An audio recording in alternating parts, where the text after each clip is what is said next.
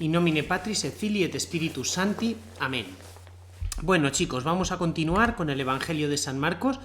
Estábamos en esta página viendo lo que son los motivos dominantes del Evangelio y comenzamos con el motivo del secreto mesiánico.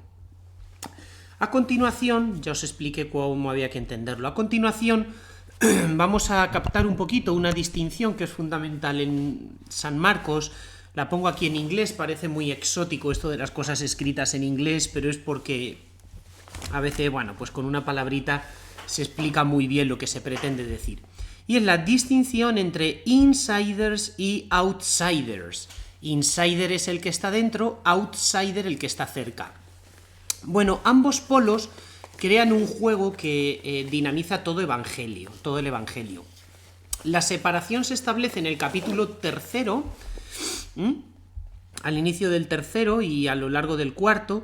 Insiders son aquellos que están cerca de Jesús y reciben una revelación especial que no está disponible para los outsiders. De hecho, San Marcos lo expresa muy bien porque dice aquellos que estaban periautú. Peri, en griego, es la preposición alrededor de. Peri es alrededor de ahí perímetro, ¿no? O periferia.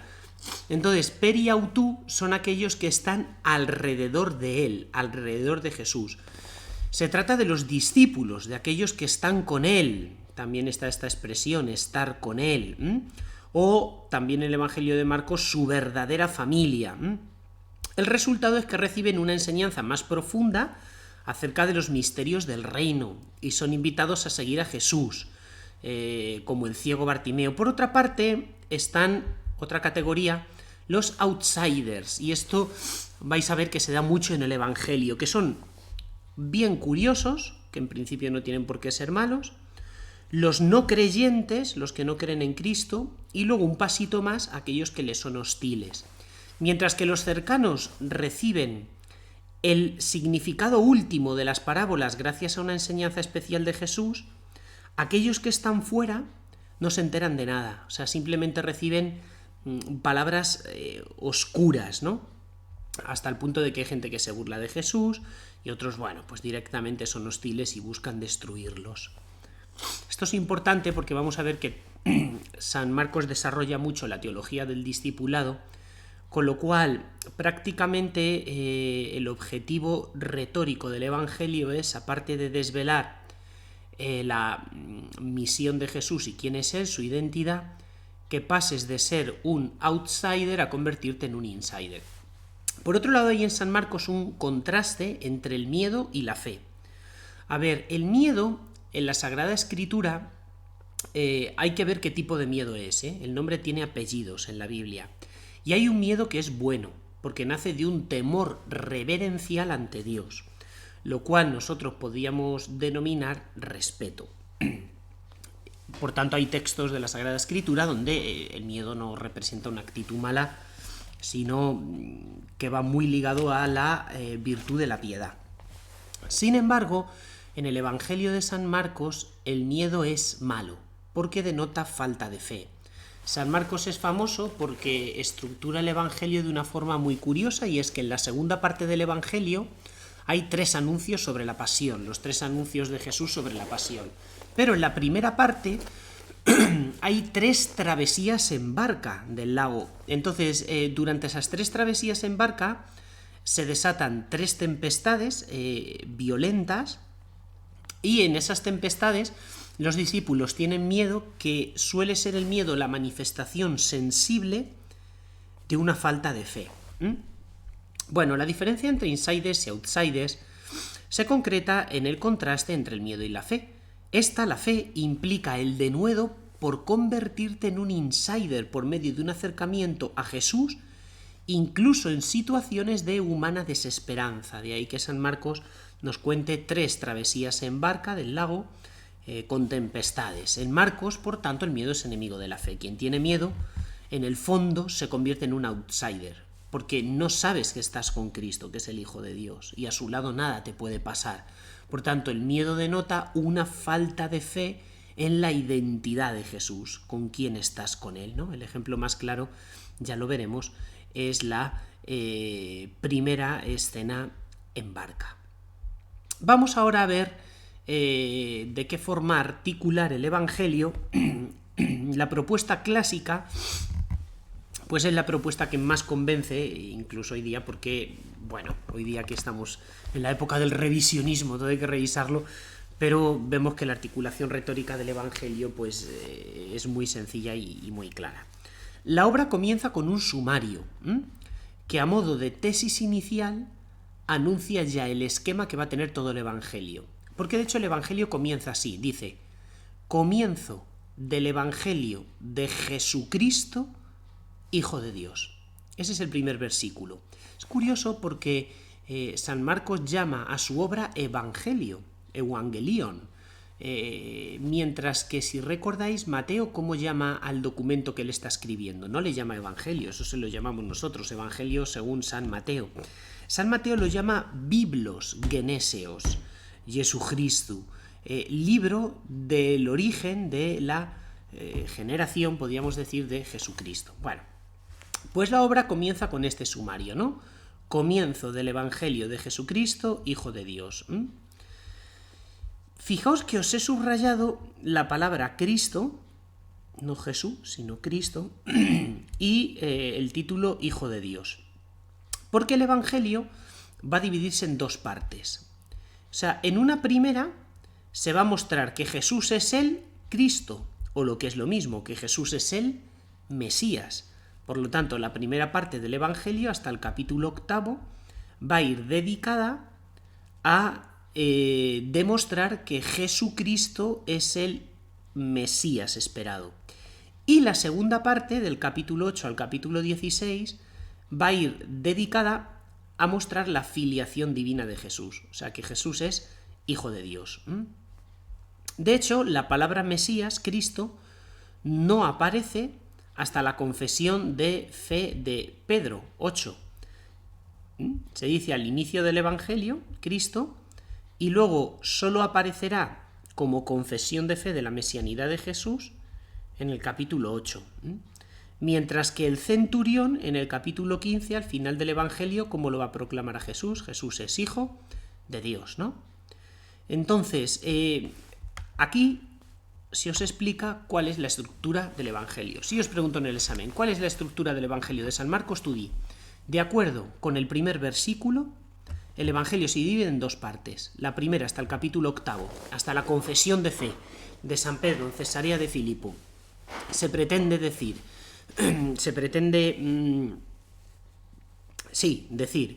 que Jesús es el Cristo, es decir, es el Mesías, y en la segunda parte, que es el Hijo de Dios. La primera parte culmina en el capítulo 8, aquí veis la flechita con la confesión de fe de San Pedro en Cesarea. La segunda parte termina en el capítulo 15 con la confesión de fe del centurión. Confesión de fe en la divinidad de Jesús. Bueno, inmediatamente, si uno coge la Biblia, se intuye que todo el Evangelio es como una introducción a la pasión.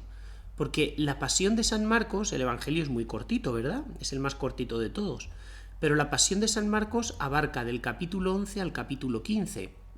De ahí que muchos autores han llamado a San Marcos, con un poco de gracia y de ironía, una pasión con introducción, ¿no? O sea, como si el Evangelio fuera una pasión, porque es que es del capítulo 11 al 15, y que el resto sea una introducción, porque date cuenta que la pasión prácticamente abarca un tercio de todo el Evangelio, un tercio de toda la obra, ¿no?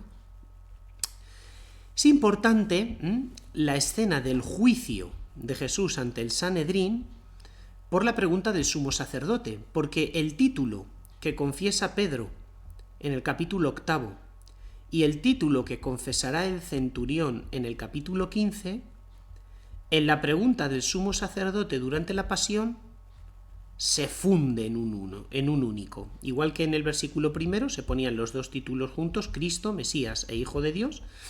Luego en el Evangelio aparecen separados. Primera parte se demuestra el mesianismo de Jesús, con la confesión de Pedro como culmen. En la segunda parte se demuestra su filiación divina, en la confesión del centurión como culmen. Bueno, pues en la pregunta del sumo sacerdote en el Sanedrín de Caifás durante el juicio se unen ambos títulos. ¿Tú eres el Mesías? Es decir, el Hijo del Bendito, ¿veis? Ambos títulos aparecen unidos. Bueno, a su vez hay un esquema, si el Evangelio se divide en dos partes, en dos arcos, siendo el capítulo 8 la cesura o pausa central, a la vez hay un esquema tripartito que subyace debajo de cada una de las dos mitades y que corresponde al rasgo más característico de la teología de Marcos, el discipulado. ¿Qué quiere decir esta frase? Bueno, pues muy sencillo, que el Evangelio se divide en dos mitades partiéndolo por la mitad por el capítulo 8, pero que cada una de esas dos mitades se divide en tres partes. Entonces vamos a ver en qué partes se divide. ¿Veis aquí? Todo el Evangelio lo voy a poner un poquito más pequeño para que mi cara no lo tape. En la primera parte, bueno, tenemos el prólogo, ¿no? Pero tenemos la actividad en Galilea hasta el capítulo 8. Termina con la confesión de fe, os he dicho, de Pedro, en Cesarea. Y hemos dicho que toda esta primera parte, la actividad en Galilea, pretende demostrar que Jesús es el Mesías. Bueno, pues se divide en tres partes, que son fáciles de identificar desde el punto de vista literario porque cada una de ellas comienza con un sumario. Y cada una de esas partes tiene el mismo esquema. Y tiene que ver con la teología del discipulado. Fijaos qué curioso. Después de un sumario, algo que tiene que ver con el discipulado, y es que Jesús llama a los 4 primeros discípulos. Segunda parte, después del sumario, algo que tiene que ver con el discipulado, y es que Jesús ya no simplemente forma un grupo amplio de discípulos, sino que escoge a 12 y instituye el colegio apostólico. Y tercera parte, un sumario, y algo que tiene que ver con la teología del discipulado, y es que Jesús envía a los 12 a una misión como la suya. ¿Veis?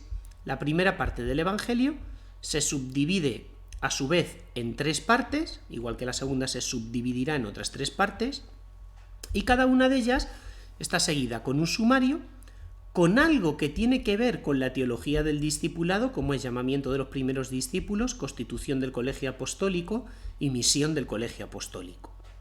Pero a la vez, siempre tenemos, siguiendo a esto que tiene que ver con la teología del discipulado, una oposición o rechazo de Jesús. En la primera parte, esa oposición a Jesús se muestra con sus adversarios, o sea, aquellos que le son hostiles y que se oponen a él cuando obra milagros.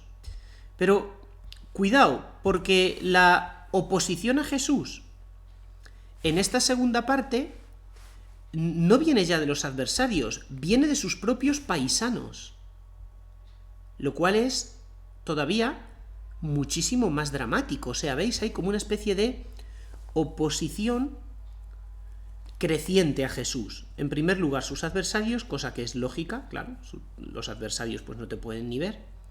Después hay un rechazo protagonizado por sus paisanos, es decir, precisamente aquellos que más tenían que acogerle, sus paisanos, pues esos le rechazan. Y finalmente, o sea, en escala creciente, ya no es la oposición de los adversarios, ya no es el rechazo de los paisanos, es la comprensión de los apóstoles. La incomprensión de los apóstoles, que en esta escena, capítulos 8 del 17 al 21, no comprenden las palabras de Jesús. ¿Y cuál es el texto bisagra que une la primera parte del Evangelio de actividad en Galilea con la segunda? Bueno, pues un contraste muy bonito. La curación del ciego de Betsaida. O sea, es curioso, pero en este Evangelio las curaciones de ciegos son muy importantes, porque solo hay dos. Y están colocadas en un sitio estratégico. Al final de la primera parte, antes de que San Pedro confiese a Jesús como Cristo en Cesarea de Filipo, hay una curación de un ciego, que es el ciego de Betsaida, y la segunda parte termina con la curación de Bartimeo y Bartimeo siguiendo a Jesús a lo largo del camino. ¿Veis? O sea, hay dos curaciones de dos ciegos, una al final de la primera parte, el ciego de Betsaida, anónimo, no conocemos el nombre, y al final de la segunda parte, la curación de Bartimeo. Entonces tenemos un evangelio dividido en dos partes, con el capítulo 8, confesión de San Pedro en Cesarea de Filipo como cesura o pausa central entre ambas, y al final, en el capítulo 15, la confesión del centurión. En la primera parte culmina con la confesión de la mesianidad de Cristo. San Pedro le dice: tú eres el Cristo. Sin embargo, recordad que en la versión de San Mateo, San Pedro dice: tú eres el Cristo, el Hijo de Dios vivo. En San Marcos no. En San Marcos, San Pedro dice simplemente: tú eres el Cristo. Porque eso de Hijo de Dios va a ser el tema de la segunda parte. Y llegará en el culmen del Evangelio con la confesión del centurión. Pensad qué importante es el centurión, porque San Marcos, ¿para quién está escribiendo este Evangelio? Para los romanos. ¿Veis? Qué bonito, qué bonito. Y entonces un romano hace la confesión de fe.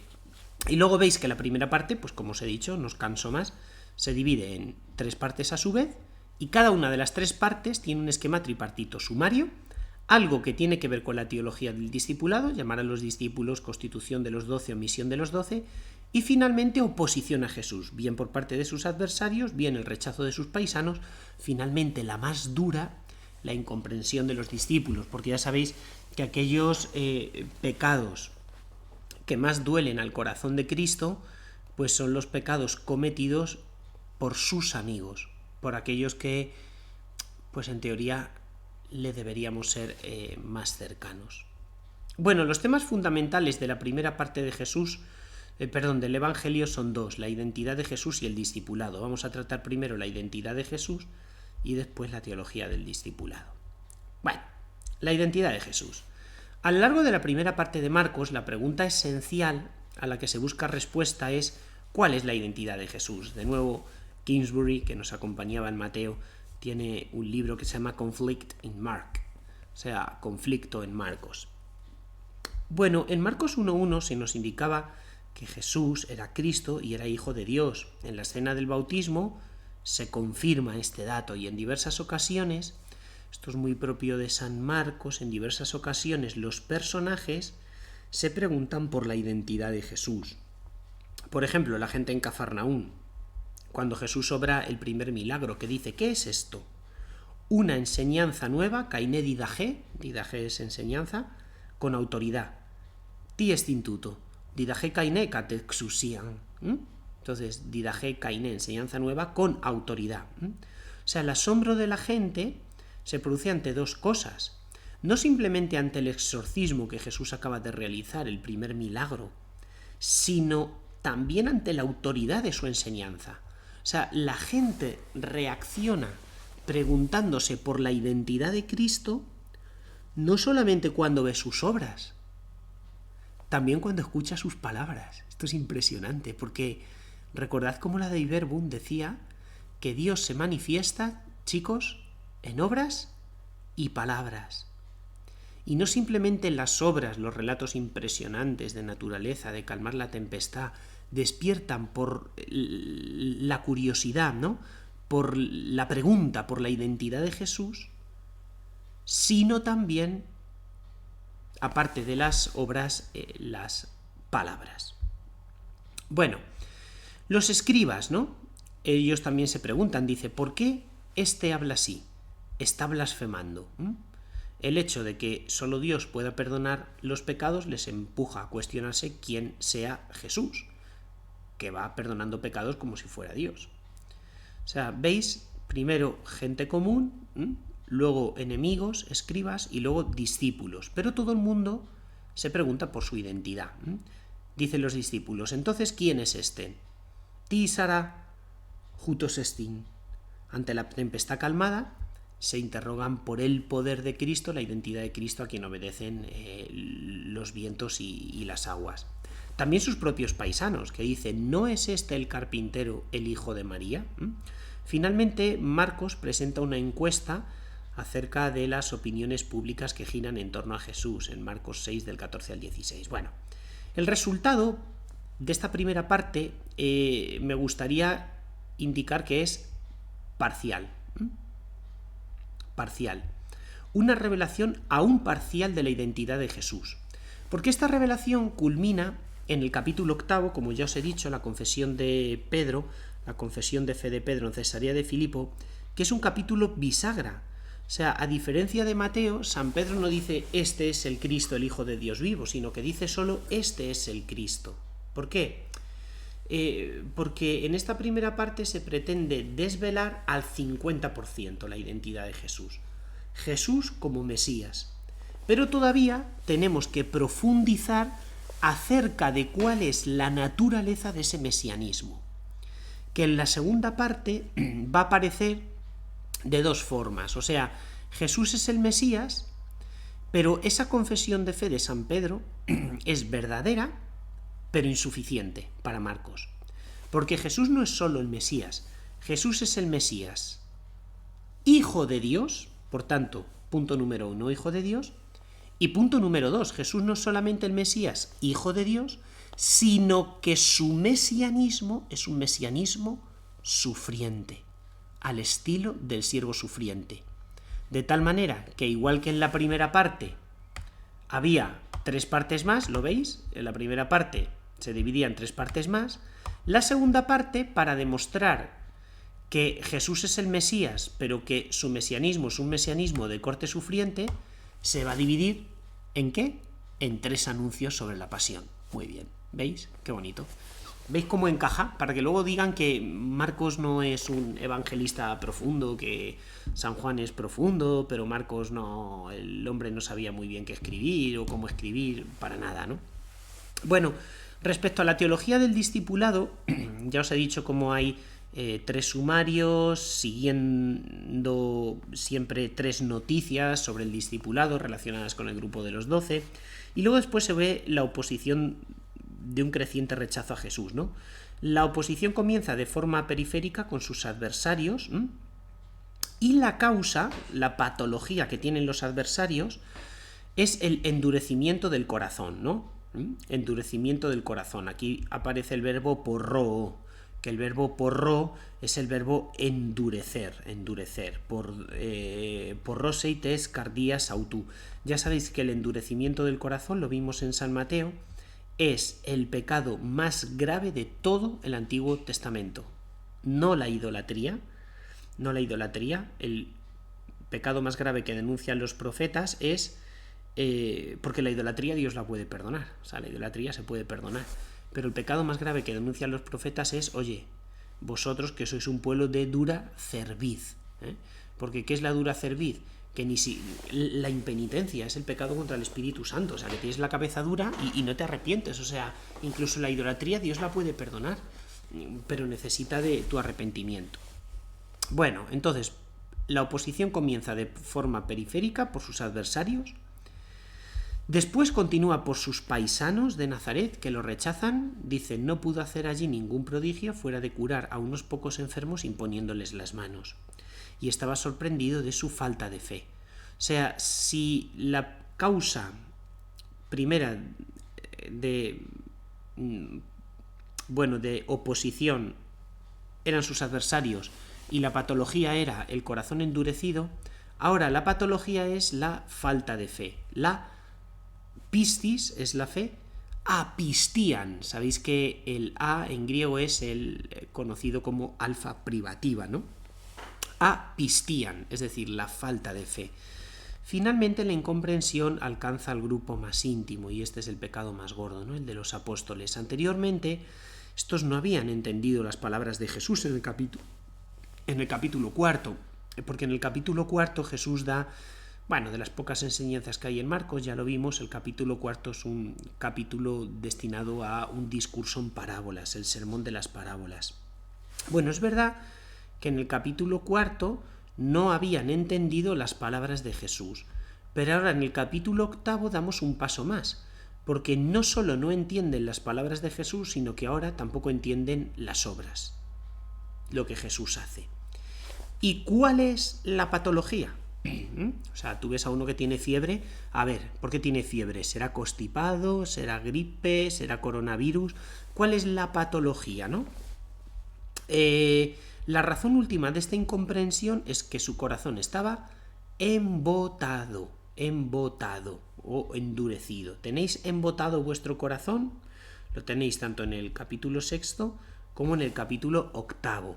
Y esto es curioso porque se emplea la misma palabra, el corazón embotado, el verbo porró, endurecido o embotado es lo mismo, porró, peporromene, un participio pasivo, pero bueno, el verbo porró es exactamente el mismo, y aquí igual, peporromenen. Entonces es curioso porque los discípulos en el fondo tienen la misma enfermedad que padecen sus adversarios. O sea, esto es tremendo, ¿no? Si no, leeros, para quien quiera saber algo más de esto, el libro del cardenal Sará, La noche está decaída, ¿no?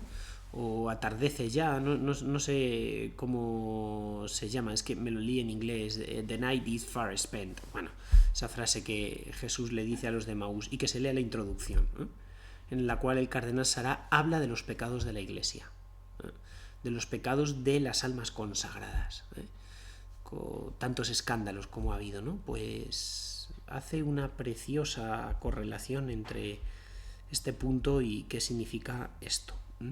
El pecado de los apóstoles, que curiosamente es el mismo pecado que el de los adversarios de la Iglesia, para que veamos cómo es un coronavirus que afecta a todo el mundo.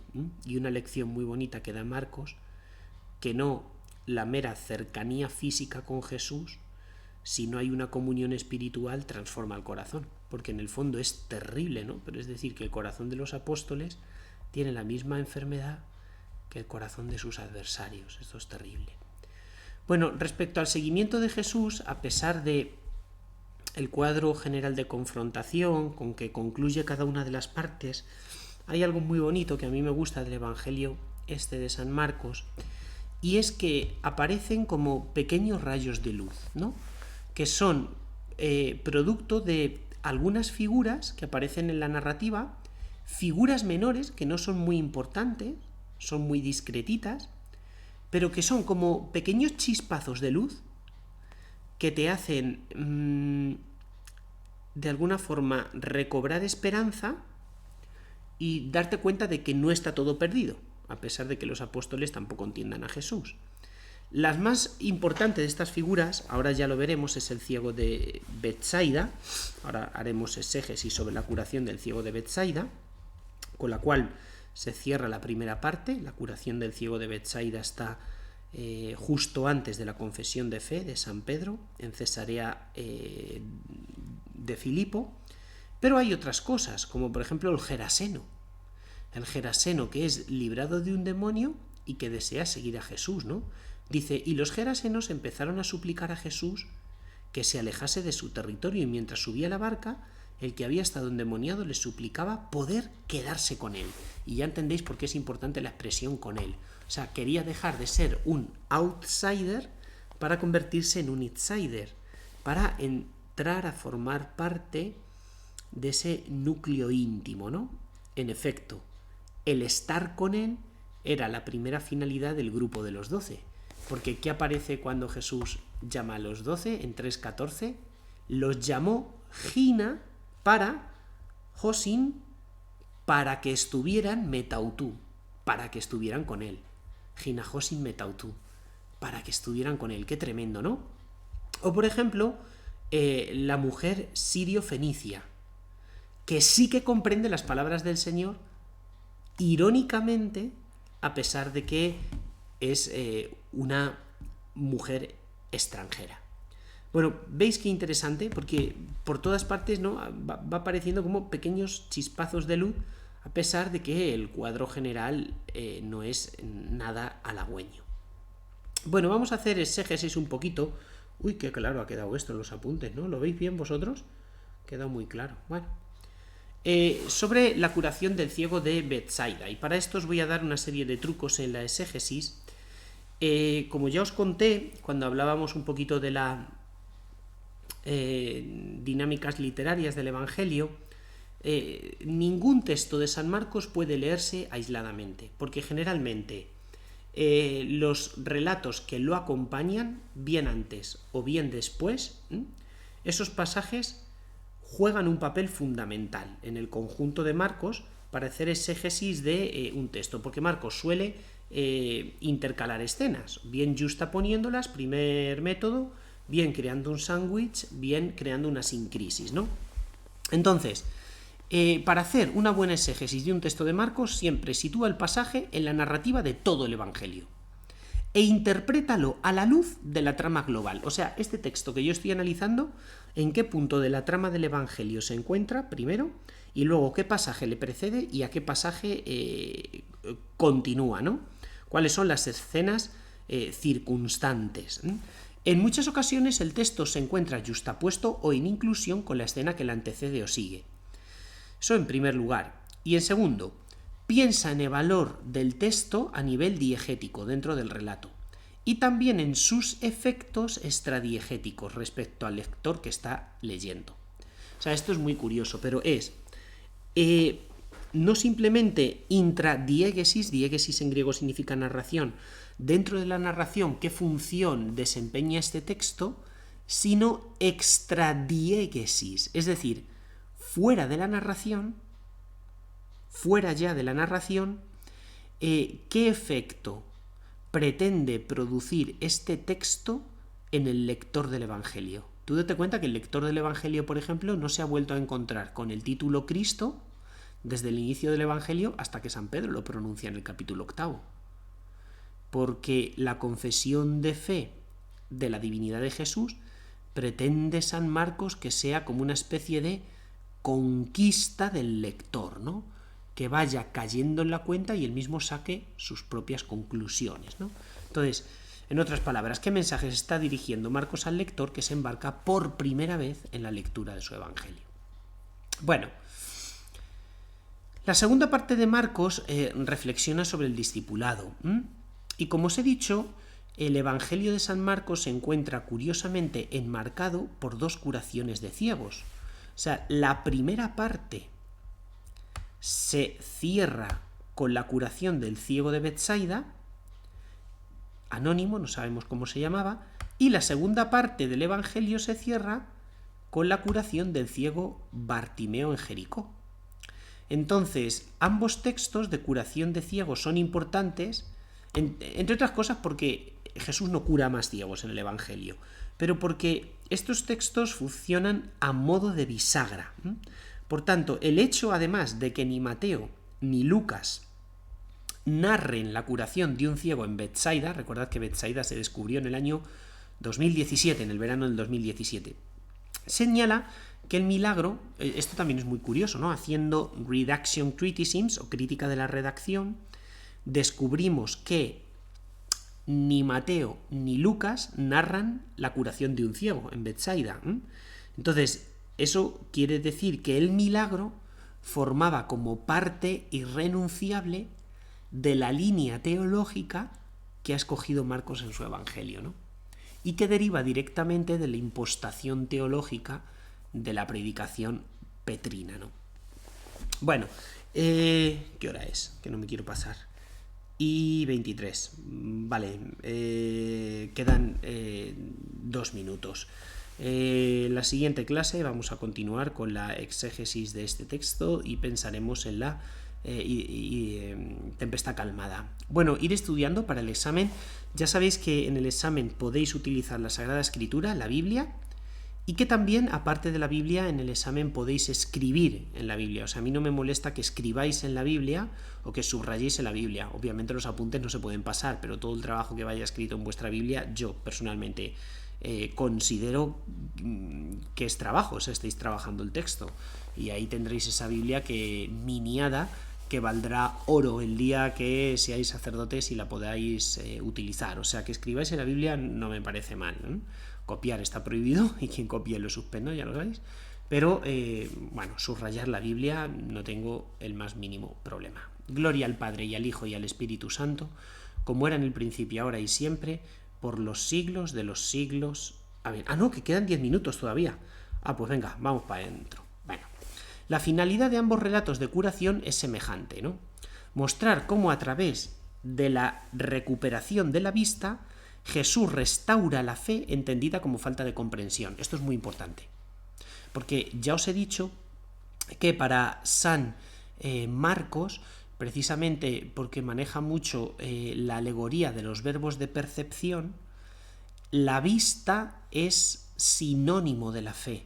Por tanto, San Marcos intenta mostrar cómo, a través de la recuperación de la vista, Jesús restaura la fe, que generalmente en el Evangelio se suele entender como falta de comprensión. Por eso los discípulos nunca tienen comprensión. Y es que en el fondo el ciego de Betsaida va a ser un modelo del discípulo, ¿no? El caso de la progresión de San Pedro, le voy a poner el San, ¿queréis? Que se lo ha ganado. Es paradigmático, pues el texto se encuentra, y esto es muy curioso para que veáis cómo funciona el sándwich, el texto se encuentra incluido entre dos escenas que tienen a Pedro como protagonista. Uñas. Por lo tanto, pretende decir algo muy importante como un ejemplo vivo del discípulo, ¿no? El primer texto es el 8 del 14 al 21, donde San Pedro se muestra torpe y con falta de fe, que si leéis el texto es falta de comprensión en una escena, que es una de las travesías en barca. Entonces es curioso porque San Pedro en esa travesía no entiende, y el no entender, como ya hemos visto en las dinámicas literarias del Evangelio, el no entender, ¿qué pasa? Que que teniendo ojos no veis y teniendo oídos no oís. ¿Por qué no entendéis ni comprendéis? ¿Veis? O sea, el no entender, que es la falta de fe, se va a expresar mediante la curación de un ciego. Entonces, primero está esta escena que tiene a San Pedro como, aquí, ver la flecha, que tiene a San Pedro como protagonista y donde demuestra falta de fe y comprensión. Luego viene la curación del ciego de Betsaida, que es la escena que vamos a ver. Y después, del 27 al 30, es la confesión de fe de San Pedro. Le voy a añadir un poquito más de... bueno, pues tampoco sé. La confesión de fe de San Pedro en Cesarea de Filipo, donde se aprecia una comprensión parcial del ministerio de Jesús. Porque si bien es cierto que Jesús es el Mesías, sin embargo, la confesión de San Pedro no es una confesión completa, es verdadera, pero es insuficiente, porque no ha reflejado todavía que Jesús es Hijo de Dios, y sobre todo también porque el mesianismo en el cual está pensando San Pedro es un mesianismo de corte glorioso, un mesianismo de corte triunfalista. De hecho, en la segunda parte del Evangelio se subdividirá en 3 anuncios sobre la pasión. Y de hecho, después de que San Pedro confiese la mesianidad de Jesús, Jesús mismo le va a reprender diciéndole que apártate o ponte detrás de mí, Satanás, porque piensas como los hombres y no piensas como Dios. Cuando San Pedro intente disuadirle del intento que Jesús hace de ir a Jerusalén a sufrir su pasión.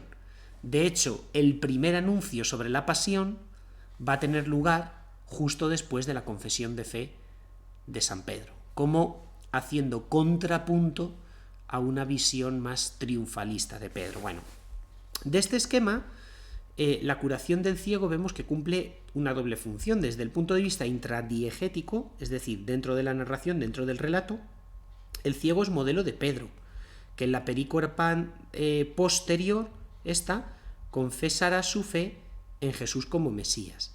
Y luego, desde el punto de vista extradiegético, es decir, la función que el relato cumple en aquel que está leyendo, el ciego es modelo del lector del Evangelio. Y es que la curación en 2 etapas refleja el itinerario del creyente, ¿no? Que pasa de la visión parcial de la identidad de Jesús como Mesías también, en la primera parte del Evangelio, a la visión completa de la identidad de Jesús como Mesías, pero esta vez Mesías sufriente y también Hijo de Dios. Bueno, El texto es muy bonito porque abundan expresiones que denotan un desvelamiento progresivo. O sea, este es el ciego famoso de Betsaida, que Jesús lo cura en varias etapas, ¿no? Primero empezó a ver perfectamente, luego ya quedó restablecido y finalmente veía todo con claridad. Entonces, lo cura en diversas etapas y hay mucha insistencia en el verbo ver. Primero, bueno, empezó a ver, luego quedó restablecido, luego veía con toda claridad. Estas dos fases, el hecho de que el ciego se sane en dos fases, es un guiño a la macroestructura de Marcos, del Evangelio, que desvela el misterio de la persona de Jesús en dos etapas. Como os he dicho en el capítulo 8, la confesión de Pedro en Cesarea desvela su mesianidad, y por esta razón el ciego de Betsaida cierra la primera parte del Evangelio y es la puerta de entrada a la segunda, porque el lector debe también pasar de la ceguera a la visión limitada de confesar a Jesús como Mesías, que es el momento de la narrativa en el cual nos encontramos, para terminar llegando a la pasión del Evangelio y tener ya la visión completa, que es confesar la divinidad de Jesús, Jesús como Hijo de Dios, y Jesús como Mesías sufriente, que es lo que hará el centurión. Bueno, finalmente otros dos elementos a destacar son que el relato toma muchos motivos de la curación del sordomudo, aquel famoso sordomudo al cual Jesús le dice Efetá y que da origen a los mejores retiros del mundo mundial, Emaús y Efetá, a tope.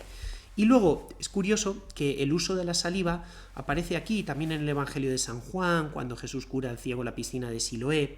Parece realizar una curación que cuenta con paralelos en el mundo antiguo, porque en el mundo antiguo se pensaba que la saliva tenía propiedades medicinales.